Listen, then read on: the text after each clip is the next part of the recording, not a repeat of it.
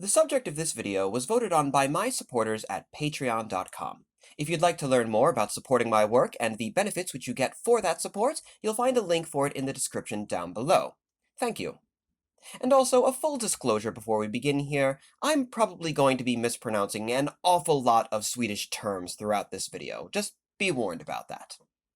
Now, the Caroleans, the elite forces of the Swedish Empire, the famed legions of Carolus Rex. It was a rather short-lived army which ultimately failed, and yet it still captures the imagination of so many today.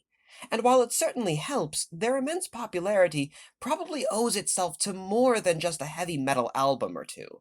Rather, the legacy of this force lingers because of the impact it made, because of how they were able to punch above their weight for so long, able to repeatedly crush foes multiple times their own size. Their glory, yes, was short-lived, and it was also extraordinary. But while the reputation of the Caroleans is strong, and the rough outline of their story is relatively well known, again, largely I think thanks to a certain Swedish boot, what is generally less known is how the Caroleans actually operated. Why did they even come into existence? How did they fight? What were their techniques? Why were they so efficient? And of course, a less popular subject to discuss, what were their weaknesses? As indeed, there did have to be some kind of flaw in those immortal soldiers of the Swedish Empire. Otherwise, you'd have to wonder how they ever lost in the first place. So, what was the ultimate cause of the Caroleans' defeat? Well, first things first, let's discuss their origins. Now, funnily enough, the story of the Caroleans doesn't start, as you may expect, during the height of the Swedish Empire, the early to mid-17th century, but actually towards the beginning of its end. You see, the term Carolean comes, as you may expect, from the name Carolus, or Charles, and more specifically from King Charles XI and King Charles XII. You see, they find their roots in the aftermath of the costly Scanian War, a term I probably just mispronounced, in which Sweden, allied with France, fought against the Danes and the Norwegians, the Dutch, and multiple Germanic states. It's a complicated history, but for our purposes here, suffice to say that the war was very costly for Sweden. They suffered many losses which could not be easily replaced by a nation with relatively low manpower and low resources, and especially when compared to their neighbors in Denmark and more notably in Germany and even in Russia, which was soon to enter the stage in a very big way, but we'll get to the Russians soon enough, not to worry. You see, Charles XI, who was ruler at the time, realized that if the Swedish Empire was ever going to compete and retain its capacity as a great power, then being militarily dominant in a traditional fashion would not be enough for it. It would need to start punching well above its own weight to maintain that status. So he began instituting a series of economic and military reforms in Sweden aimed at achieving precisely that, greater levels of efficiency. Now, one of the most significant of these reforms he instituted was the method in which the Swedish army recruited, which was called the allotment system. Now, prior to Charles XI's reforms, under what is now referred to as the old system, the Swedish military grouped together 10 men of military age from every individual estate or collection of farms. Now, this collection of 10 men was called a rote, or a rote, something like that. And in the event of war, one of these 10 men would be conscripted for service in the army. Now, theoretically, this man would be chosen at random out of this collection of 10 men capable of military service. However, a system by which a man might purchase, or indeed bribe his way out of selection, meant that it may only ever be the poorest men who were actually being conscripted into the army. And in the event that this practice was truly random, as it was meant to be, well, it was hardly conducive to veterancy, or even to standardization, as of course you could be getting a different soldier every individual campaign. And those two things, veterancy and standardization, are becoming increasingly significant towards the end of the 17th century, and indeed throughout the 18th century. Now, to combat these problems, Charles XI completely reformed the allotment system in the 1680s. This new system, as it's called, kept the same idea of the rote. The concept was the same, but it altered how the rotes were actually formed. You see, rather than being a small selection of military-aged men from every individual community, now the entire community represented a single rote, and every individual rote, say an estate or again a collection of farms, was given the duty of supplying a single soldier. This soldier was not conscripted, but they were usually a volunteer, and they were not randomly selected out of 10 men who just happened to be capable of doing military service, but he was a dedicated and professional soldier. This one man who took on military duties on behalf of his entire community was outfitted by that community, not only with a home and a farm, but with his uniform and other necessaries for military service. And the chief duties of these men consisted of attending drills, which usually lasted for about a month out of every single year, and of course fielding for regular service during times of actual war. So again, rather than having an individual community put up 10 people for potential military service, but their primary lives are as craftsmen and as farmers, as you'd expect, rather every individual community is putting up one person, and that is all they do. They are a soldier. Yes, they also have a farm and whatnot, but they are much more dedicatedly a soldier, and the community is based around supporting them in that endeavor. Of course, there were exceptions to this recruitment policy, with both the Guards regiments, for example, and artillery regiments often recruiting in a more traditional style, as we've come to expect with other European powers.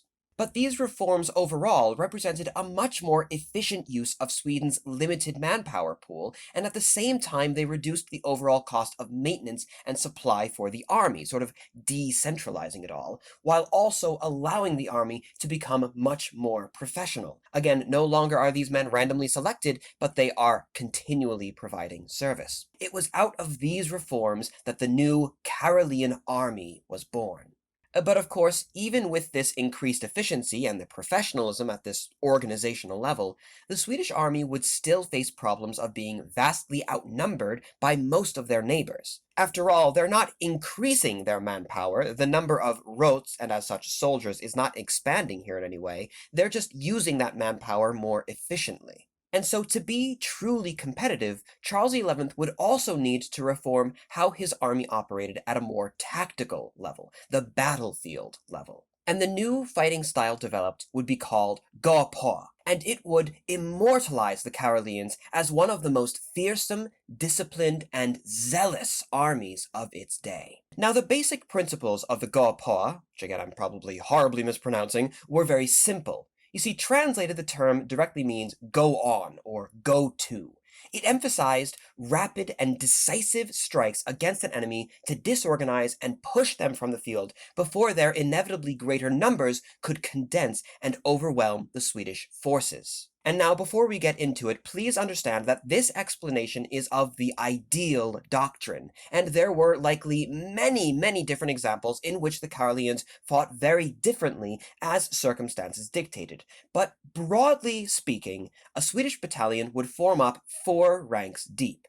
Now, this is a deep formation, but it's certainly not uncommon in the time period that they were operating in. The majority of this line, as you'd expect, were musketmen in the traditional style, with small groupings of grenadiers on the flanks and potentially at the van of the force, doing things like defending against cavalry and throwing grenades. Indeed, they were still using grenades in the early 18th century, unlike the late 18th century, which many of my own viewers are a bit more accustomed to. However, interestingly enough, around 1 in every 3 of the Carolean infantry were actually dedicated pikemen. And this is in a day and age where the use of pikes in linear warfare was very solidly dying out. In the past, of course, pikes would move alongside the muskets to protect them from cavalry, but the expanding prevalence of bayonets was lowering this need, and the increasing demands of mobility, again, standardization, and above all else, firing capacity meant that the age of pike and shot was already starting to die out by the mid-17th century, and by the time of the 18th it was largely finished. But these Swedish pikes would form their own full companies, and they were either deployed throughout the line, or they could even be massed together in the very center of the line.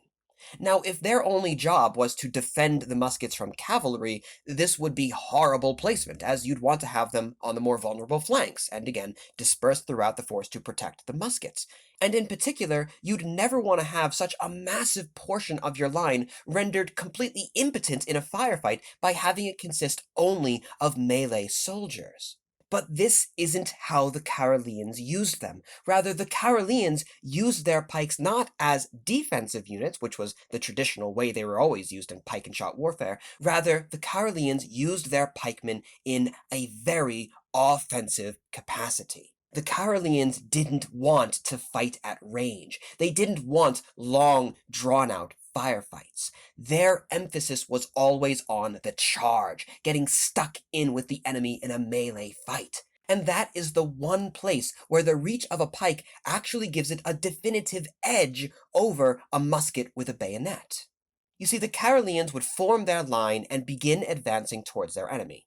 Now, naturally, an enemy volley is going to have significant effect when the Swedes are within, say, 75 to 125 yards, or thereabouts, again, very roughly speaking. But unlike most armies of the day, the Caroleans wouldn't stop at that range and then begin exchanging fire with the enemy. They keep on marching through the fire until they are within around 50 yards of their enemy, well within an effective range. And while the enemy is likely still reloading from what's probably their second volley at that point, if they're doing well, the rear two ranks of Carolean musketmen would step forward through gaps left specifically in the front ranks of the Caroleans, and they would fire their own volley. Now, likely this would be a very, very efficient one. Certainly much more efficient than the first volley which the enemy threw against them, and potentially more than the enemy's second volley as well, assuming that they were even able to get it off before the Caroleans halted. Then the rear ranks would step back into their places, and rather than reload their pieces, they would draw their swords. Now, in these earlier years, the majority of the Caroleans did not actually have bayonets, but carried rapiers at their side, and I assume that they would be slinging their muskets across their backs before drawing them, rather than drop the muskets to the ground, but I couldn't find any information exactly on where they would put them. But suffice to say, they do not reload, they draw swords, ready again for a melee. The rear two ranks having done so, the force again would take up the advance. This time, it's a very short distance that they go, a very quickly closed distance, to around 20 yards from the enemy. Now, the front two ranks would fire, and being right up on the enemy like that, that second Carolean volley would be utterly devastating. Now, if the plan is going well, by this time the enemy line is in complete disarray. The Swedes are moving quickly. They're not reloading, but they fire two volleys in very quick succession. Again, these men are well trained. They're very good at what they do. Odds are the enemy have only fired at most 3 volleys within an effective range at this point, and probably nowhere near so effective as that final volley was of the Caroleans at only 20 yards away. And while the enemy is in that disarray, they're trying to reload for their own close-range volley, then the Caroleans charge in, through the smoke, with bayonet, sword, and pike, and with the initiative, with zeal, they drive the enemy from the field. Again, these men are well disciplined, they are well ordered, well maintained, and they are applying a great deal of force at a very particular point in the enemy's line, particularly again with those offensive pikes. Even the Swedish cavalry was emphasizing similar tactics. They would pack themselves much tighter in formation than most other forces of the day. It's actually said that their squadrons were placed knee behind knee instead of the more traditional wider spacing, and they would rarely ever use skirmishing tactics with their pistols and carbines, but preferred instead charging directly into the foe with their swords. In later years, for example during the Great Northern War against Russia, King Charles XII, Carolus Rex, would make even further changes to the tactics. He had his men form much tighter ranks for much stronger charges. He increased the use of bayonets over the rapier, which is much better in terms of the reach offered in a melee fight. He tightened the ranges of the fights even more dramatically, firing his own first volleys at only 20 yards instead of at 50. And he would even have his men run into that range instead of slowly march there, in order to reduce the casualties taken in those earlier stages of the battles when the Caroleans were at their most vulnerable. When these techniques worked, they allowed the Swedish army to defeat, rout, and even force the surrender of forces much larger than their own. They regularly defeated armies twice, three, even four times their size throughout the early days of the 18th century. And oftentimes they were doing it with extraordinary casualty ratios as well, such as, for example, at the Battle of Narva in 1700, where up to 18,000 Russians became casualties, but under 2,000 Swedes were lost. There was the Battle of Warsaw in 1705, with 1,000 Saxon casualties to just around 300 Swedish. Or the Crossing of the Duna, 1701, 2,000 casualties to only 500. The list goes on. Again, the Swedish were continually, during this time period, punching well above their weight. They relied above all else on extreme discipline, on cohesion, and indeed courage within their ranks. They had to. They couldn't afford to raise anywhere near the number of soldiers that their enemies could. The soldiers that they did have had to count. But all the same, as we said earlier, the days of the Caroleans truly were the final days of the Swedish Empire. But with how we've described them thus far, how can that be? Why, they sound almost invincible. Why didn't every army immediately adopt these Carolean methods? Why didn't the Swedes crush the Russians in the Great Northern War, retain their status as a great power? Well, as much as fans of those certain heavy metal bands would hate to admit it, the Caroleans were very far from perfect, and the tactics and strategies of men like Carolus Rex, while they were very impressive, also had many flaws, and ultimately these flaws would lead to their defeat and annihilation. But before we do get to those weaknesses, I do believe it is time for a very quick ad read. I know, it's exciting stuff, but please do try to contain yourself. I am going to start making these a little bit more common in the future. Look, I'm greedy, I need to pay my rent, so get over it. Last time I introduced you to my new website, brandonf.com, where I offer private tours of Boston Visit Today, and of course my merchandise store. Now I'm advertising other people's things, which is to say my Amazon affiliate store. Long story short, these are all different items, mainly books, that I personally recommend on a series of different subjects. Whenever you purchase anything through that store, I get paid a small commission without any additional charges being made to you. Even better, actually, if you use that link and just do regular shopping on Amazon, I actually still get paid a commission, even if the item wasn't on my store specifically. It's an excellent way to help out my channel just by doing your, again, regular shopping with no added costs on your end. So if you'd like to use that link, you can find it in the description down below, both to my affiliate store and just my standard affiliate link. I would greatly appreciate it. Again, thank you very much, and thank you for your time. Now on to the weaknesses of the Carolean system. First, we'll talk about the tactical weaknesses and why the Carolean style of warfare did not come to dominate the 18th century, even if, yes, certain aspects of it did carry on through the time period. Then we'll go on to the larger, more existential, strategic weaknesses of how Sweden carried out its campaigns. The thing about the Caroleans is that on paper, yes, they were incredible. When you describe the basic principles of their strategies in a vacuum, as we did just earlier, it does indeed make them sound invincible. But, of course, warfare is not fought in a vacuum. At least, not yet. And we all know that even the soundest of doctrines tend to unravel a little bit when meeting first contact with the enemy. Let's talk a little bit more about those pikes.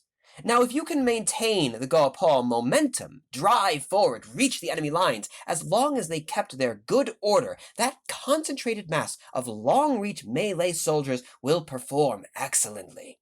But what if they don't? What if the line falters? What if the charge breaks? What if elements of it get bogged down here and there under overwhelming fire from an enemy? All of a sudden, as we've mentioned earlier, you've just rendered a third of your force completely impotent. Odds are the Caroleans are already outnumbered, which means any sort of protracted engagement will not end in their favor. And if the pikes are massed, suddenly you've just rendered an entire section of your line, the center of it for goodness sake, incapable of providing support to the other sections unless they charge and commit themselves.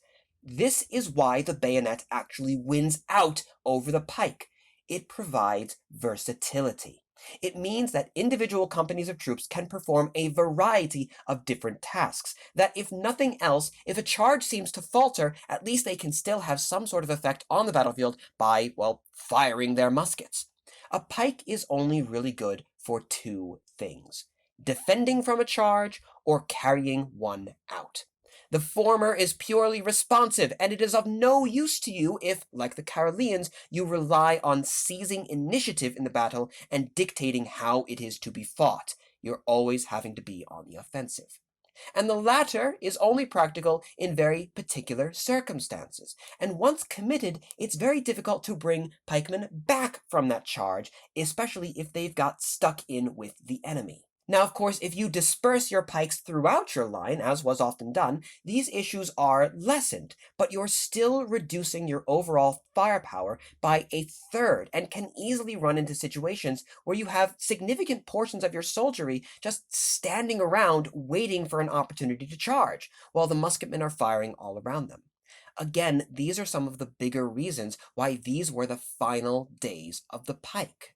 And again, if you have all of your pikemen massed in your center, well, even if that charge carries on perfectly, you are still having a third of your line which is not able to send out any firepower, but is receiving an awful lot of it. If you're going up against a very disparate, poorly organized enemy, then that can be okay. But if you're going up against an enemy force which is well disciplined and is able to maintain a good, accurate rate of fire, well, your men are going to be suffering an awful lot, and then run up against an enemy which has suffered very few casualties, just really from artillery, up to that point. While the musketmen on the flanks are going up against a disorganized enemy because of, they're suffering those two massive volleys from 50 and then 20 yards away, well, the pikemen are going up against a center which is presumably ready to fight, ready to go, and actually meet the enemy that's advancing on them, even if that enemy does have a disadvantage in terms of overall reach. Now let's circle back to a point we hinted to earlier, that idea of momentum. The Caroleans relied on strong momentum in their charge, but a charge can only really be carried on so much. It can only go on for so long. If you don't have an element of surprise, or if you're going up against a well-prepared, fortified enemy, it will very possibly fail. For a good example, look at the Battle of Poltava, 1709, in which the Swedish forces came up against a Russian army which was well prepared for them. It was entrenched within 6 forts and 4 redoubts. Many of these fortifications were able to provide support to one another, crossfires. This is a nightmare situation for the Caroleans. Now, yes, they can push forward and take one of those redoubts just fine, and then another, and then even another. But after every single push, every time you try to move on to another redoubt, you become weakened. The men become tired. It becomes very rapidly an uphill struggle. In many circumstances, possibly literally an uphill struggle. If they outnumbered the Russians, that may not be a problem. But the Caroleans are almost always outnumbered. They can only ever apply so much force in so many different places at any one given time. And at the Battle of Poltava, as those continued assaults on Russian positions across the line began to falter with increasing intensity, well, the Russians start to isolate individual Swedish battalions and overwhelm them. They even got to reoccupy some of the redoubts that the Swedes took earlier, making it all the more difficult for the Swedes to carry on with and maintain any sense of momentum that they may have had earlier on in the battle. And this is all in a battle where the Swedes were only outnumbered 2-1. Now, yes, that's very bad odds, but they'd faced much worse situations before in terms of numbers alone. But the Caroleans are kind of like a glass cannon. If they break your line, if they turn your flanks and send you running with their rapid, hard-hitting charge, then you're done. You're finished. But that momentum can only be carried so far. Yes, they break through your first line, but what if there's a second line? And then a third line, and a fourth line. Eventually, the Caroleans get bogged down. They get forced into those extended firefights which they so fear. They get isolated, cut off from other units. They get picked off, and ultimately, they get destroyed. And the worst thing for the Swedish Empire is that it only has to happen to them once. They can only ever have one disaster. And now we come to the wider problem, the existential problem of the Caroleans. That there were only ever really between 40 to 50,000 of them at most. Remember, Sweden has to punch continually above its weight. It does not have the manpower or the resources to continually field and resupply armies much more massive than that.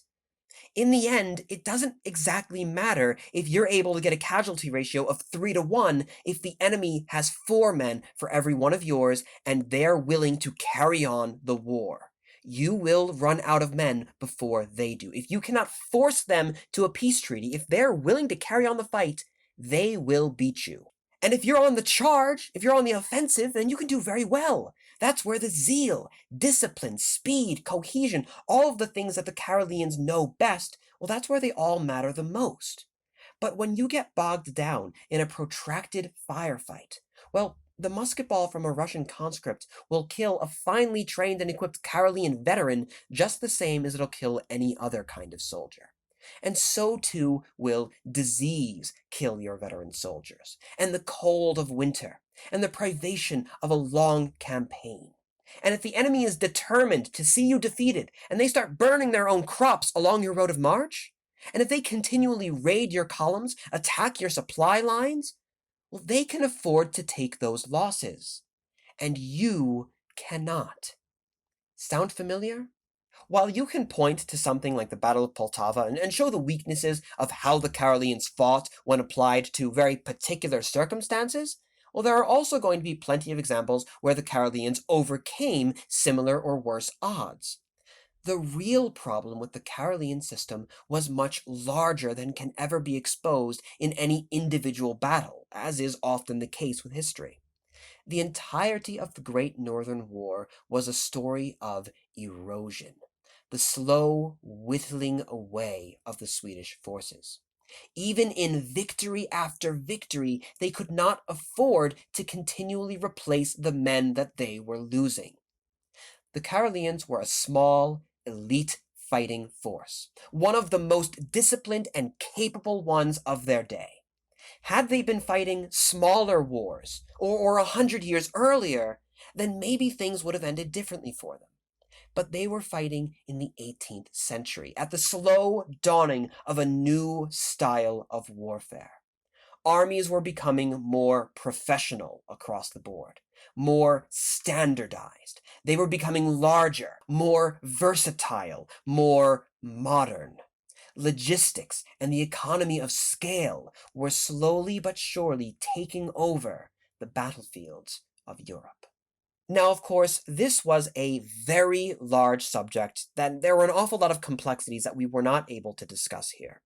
The greater niceties of how the Swedes fought, the immense role that the personalities and abilities of men like King Charles XI and XII that played in these campaigns, and why they were even fighting the Russians and the Danes and the Norwegians to begin with, all warrant their own attention. And if you're interested in learning more about that subject, you might consider a book called The Swedish Army of the Great Northern War, 1700 to 1721, by Lars Eriksson Volke.